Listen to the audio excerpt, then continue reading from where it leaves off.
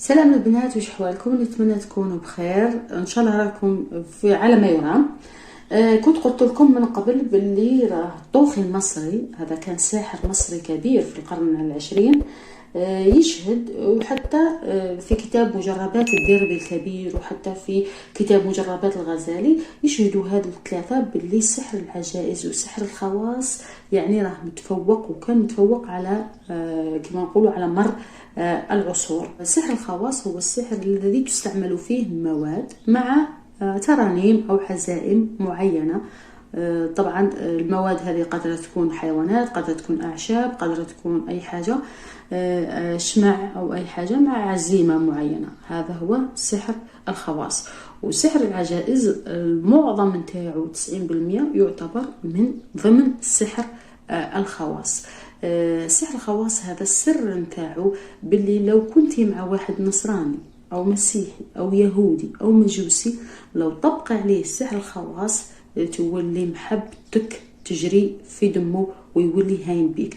سحر الخواص أي شخص مهما كانت الديانة نتاعو، لأنه معروف أنه مثلا المسيحي واليهودي ما يكبثش فيهم السحر، لكن مع سحر الخواص أي واحد أجنبي يعني كما نقول احنا قاوري مسيحي ولا كاثوليكي ولا أي ديانة راح يكبث فيه ويشد فيه سحر الخواص. هذه هي الخطورة تاع سحر الخواص.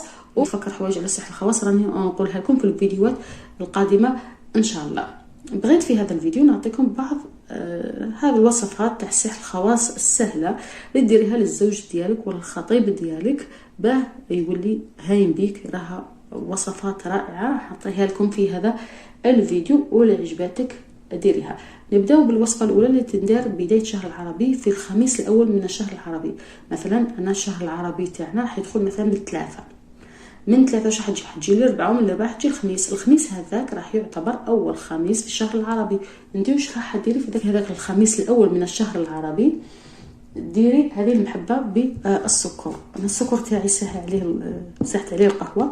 طبعا تجيبي غير طويبه صغيره كيما هكا تاع السكر وتخدمي بها الوصفه هذه. مليحه ديريها للزوج ديالك، ديريها للحبيب ديالك اذا كنتي قادره تلقي به وتعطيه يشرب. والله كان من النوع اللي ياكل ماكلتك. كما قلت لكم يوم الخميس الاول من الشهر العربي تجيبي قطعه سكر تكون صغيره بحال هذه وتكون نظيفه طبعا، تكحلي بها العين اليمنى. كان كي ديريها مرود وماشي تدخليها في عينك، غير على الحاشيه تاع عينك. انا كي حكيت تكحلي كان كي هزه كريو وتكحلي به. تحكمي مثلا هذه جهه الشوكه هذه مثلا تاع السكر، هذه اي مدببه مثل القلم في هذه الشوكه هكا، نقولوا هذه العين ديالك، وتبداي تمشي هكا.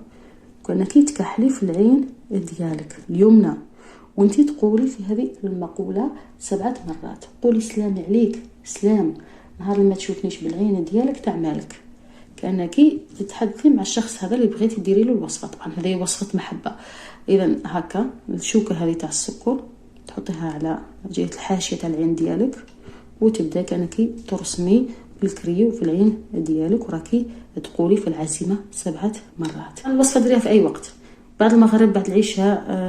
مهم يكون يوم الخميس، ما نكونوش دخلنا ليوم الجمعه. الجمعه راه تدخل على 12 تاع الليل، تقبل 12 تاع الليل تخدمي الوصفه ديالك. تستناي للجمعه ان شاء الله غدوه الصباح تحطيها له في هذه قطع السكر في عصير، في اتاي، في حليب، واعطيله يشرب. هذه ايضا هذه وصفه رائعه تخليه يولي هايم بيك.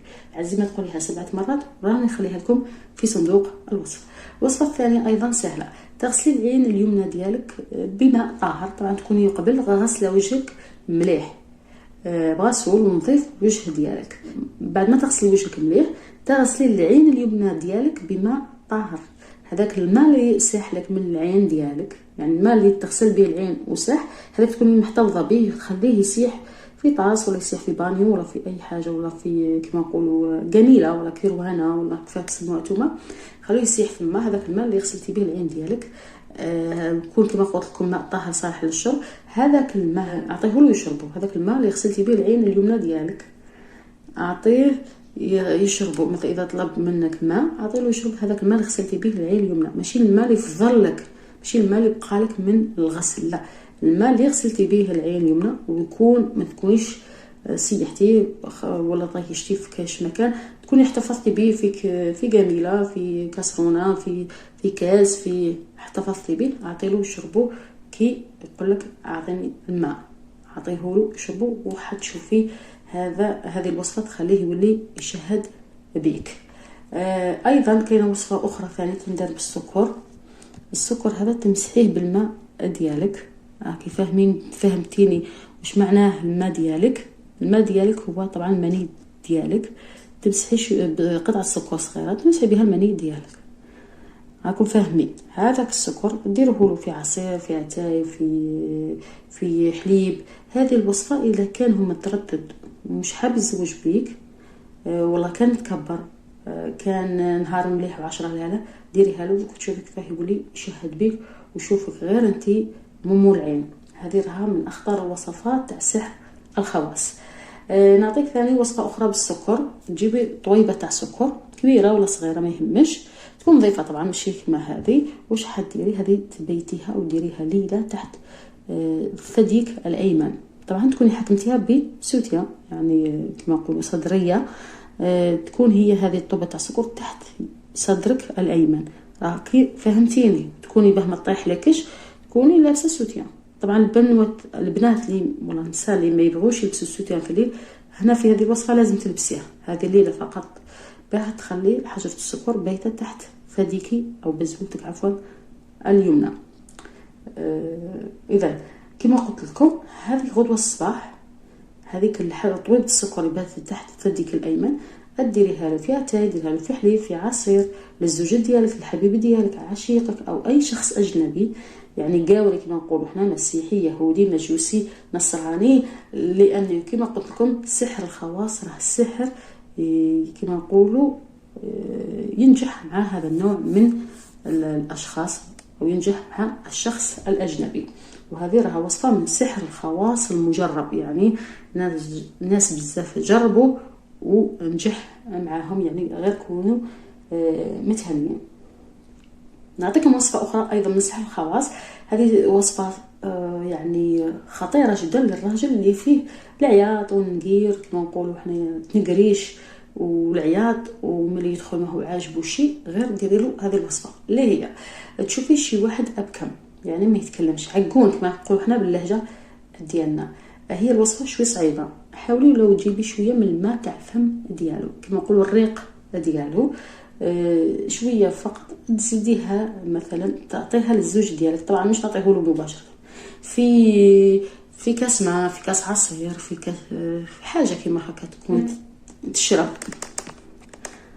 هذاك الريق تاع ذاك الابكم مع هذاك العصير اللي درتوه له تعطيه له يشربوا، هذا اخطر انواع السحر تاع السكات. الراجل ما يزيد يهضر، ما يزيد ينقر عليك، ما يزيد ينقرش. يعني رائعه هذه الوصفه وخطيره ومن ضمن سحر الخواص الخطير. راها هذه الوصفه من وصفات عجائز قدام، وبدات هذه الوصفات كما نقولوا تندثر وتروح. بغيت في هذا الفيديو نعطيكم بعض الوصفات اللي بدات تنقرض. هذا مجموعه الوصفات اللي عطيتهم لكم تاع السكر، تاع اللي ديريها في ثديك الايمن، ولا اللي ديريها في الماء ديالك، الماء نتاعك راكم فاهميني، وتشربيها لي.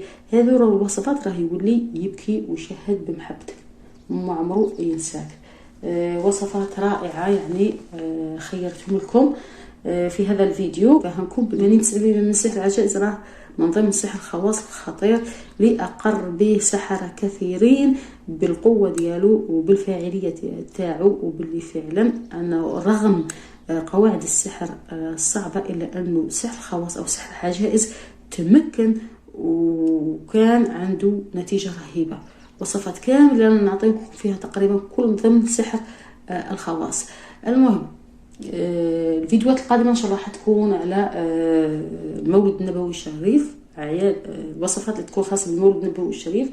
ان شاء الله نقدر نوفي بوعدي ونعطيكم الفيديوهات، والله ندير لكم وصفات اللي تحتاجوها ان شاء الله للزواج، للمحبه، لكل شيء. الى هنا نكون وصلنا الى نهايه الفيديو، ان شاء الله ما نكون نسيت حتى وصفه. تهلاو في رواحكم، نتلاقاو بصحه الخير، الى اللقاء.